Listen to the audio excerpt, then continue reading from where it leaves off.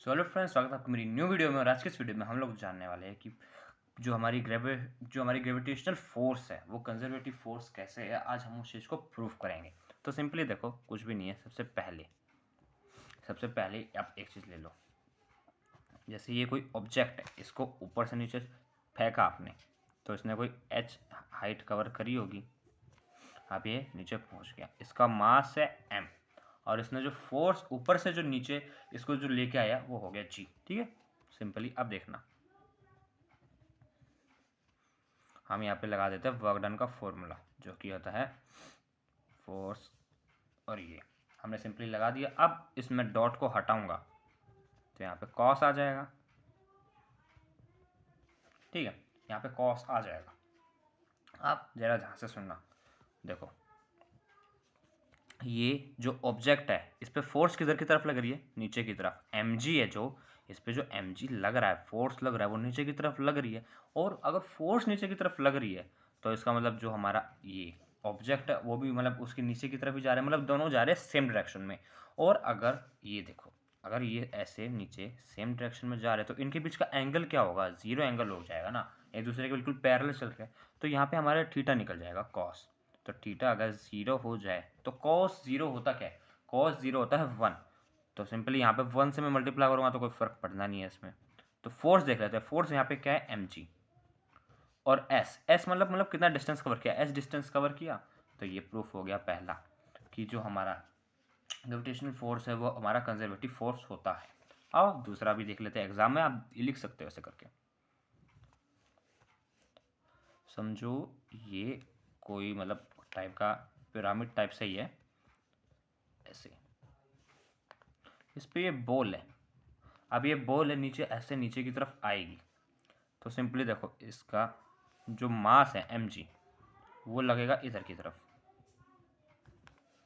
समझ गए? अब इसके दो कंपोनेंट कर लो, एक यहाँ और एक इस तरफ। अब सरफेस से इसका जो यहाँ पे एंगल है वो बनेगा थीटा।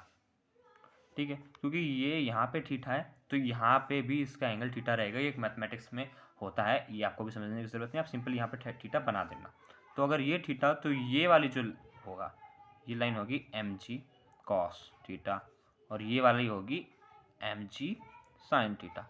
तो इससे हमें पता चला कि जो फोर्स लग रही है नीचे जाने की वो mg sin थीटा लगा रहा है। ठीक है, और इसका जो हाइट है यहाँ तक के, यहाँ से यहाँ तक, वो ले लेते हैं h। इसे ले लो पॉइंट ए, इसे ले लो पॉइंट बी, इसे ले लो पॉइंट सी। समझ गए? अभी इतना तो समझ आ गया ना डायग्राम। अब आगे देखो, इधर भी सिंपली वर्क डन का फॉर्मूला लगा दो एफ डॉट एस का। ठीक है, अब हम सिंपल यहाँ पे कॉस लगा देंगे डॉट हटा के, और साथ में मल्टीप्लाई करेंगे। देखो अभी नहीं, अब इसमें देखो फोर्स की वैल्यू डाल दो और एस की भी वैल्यू डाल दो। तो जो फोर्स है वो mg हो जाएगा। कॉस मतलब सॉरी, यहाँ पे कॉस है। देखो सॉरी कुछ नहीं, देखो यहाँ पे हमने फोर्स की वैल्यू डाली। फोर्स की वैल्यू क्या है यहाँ पे? mg sin theta. तो यहाँ पे sin थीटा लगा दिया। कॉस डायरेक्शन जहाँ लग रही है वहीं की तरफ हमारा ऑब्जेक्ट जा रहा है, तो थीटा जीरो हो जाएगा थीटा। तो अगर कॉस जीरो होता है तो 1 हो जाता है, तो उसको लिखने की जरूरत नहीं रही। ठीक है, और यहाँ पे हमारा क्या नाम है, अब ये लगा रहा है हमारा s। बाकी s मतलब क्या? हाइट। तो इसने हाइट हम यहाँ पे लगा देंगे h, जो कि ए बी लिख देता हूँ मैं यहाँ पे। ठीक है, इतना सिंपल है, इतना समझ आया? अब देखो mg साइन थीटा, मतलब ये थीटा, इसमें साइन क्या होगा? परपेंडिकुलर बाय हाइपोटेन्यूस होगा। तो यहाँ पे मैं लिख देता हूँ, देखो परपेंडिकुलर बाय हाइपोटेन्यूस। और यहाँ पे मैंने सॉरी ए बी लिख दिया, ए सी आएगा। उसने इतना डिस्टेंस कवर किया है तो सॉरी ए सी आएगा यहाँ पे। ठीक है, तो अब ध्यान से सुनना, यहाँ पे नीचे ए सी लिख देते हैं। ए सी से ए सी कट जाएगा और हमारा ए बी बचा। अब ए बी यहाँ पे क्या है? एच है। तो सिंपली अब ए बी भी लिख देते हैं। तो ये समझ आ गया आपको? अब हम बात कर लेते हैं थर्ड उसकी, एक थर्ड लास्ट टॉपिक उसमें देख लेते हैं प्रूफ करने के लिए। समझ लो ये कोई सीडी टाइप है। समझ गए? इसकी हाइट है h, समझे। और इन छोटे वाले जो डब्बे है ना, ये इन छोटे डब्बे की जो इतनी इतनी हाइट है, जो कि ये पूरा एच डिवाइड हो रखा है, इनको ले लेते हैं एच डैश, समझ गए। और ये जो हाइट है, ये सारी हाइट बराबर है, ये मैंने ऐसे बनाया हुआ है, ये मैं सोचना कि इनकी अलग है, ये सब की वो ले लेता हम एक्स, समझ गए, लेना समझ गए। आप जरा ध्यान से सुनना,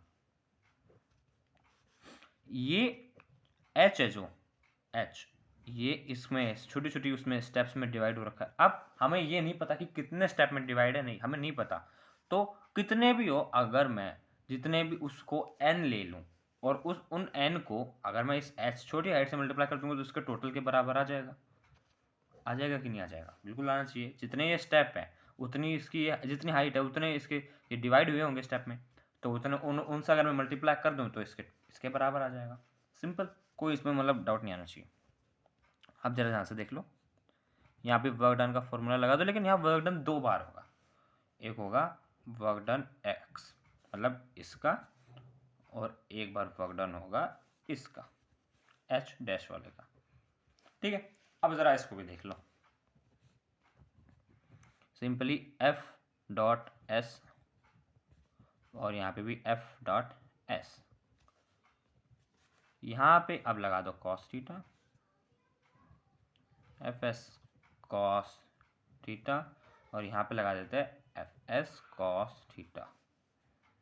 सिंपल, इतना समझ आ गया होगा। सिंपल वही स्टेप है पुराने वाले। अब देखना एफ एस, यहाँ पे एफ एस, अब कॉस की हम अगर वैल्यू पुट करें तो यहाँ पे वैल्यू आएगी 90, क्योंकि एक्स ये इसका यहाँ पे है और फोर्स इसका ऐसे लग रहा है।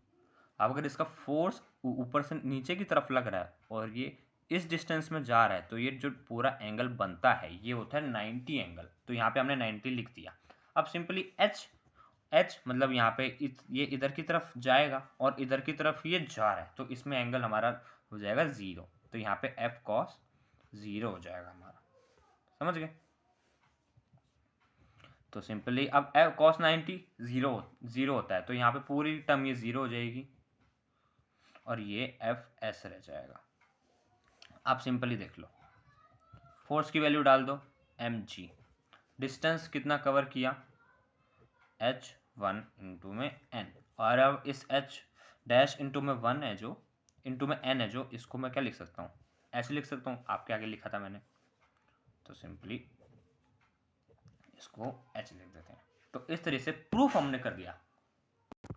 तो इस वीडियो में हमने प्रूफ कर दिया। तो अब देखो, इसमें कोई वीडियो में डाउट नहीं आना चाहिए। इस वीडियो में काफ़ी सिंपली वजह से मैंने आपको समझाया है। अगर फिर भी आपको कोई डाउट आया हो इस वीडियो में तो सिंपली आप मुझे कमेंट में बता देना, मैं फिर से एक नई वीडियो में आपको समझा दूँगा।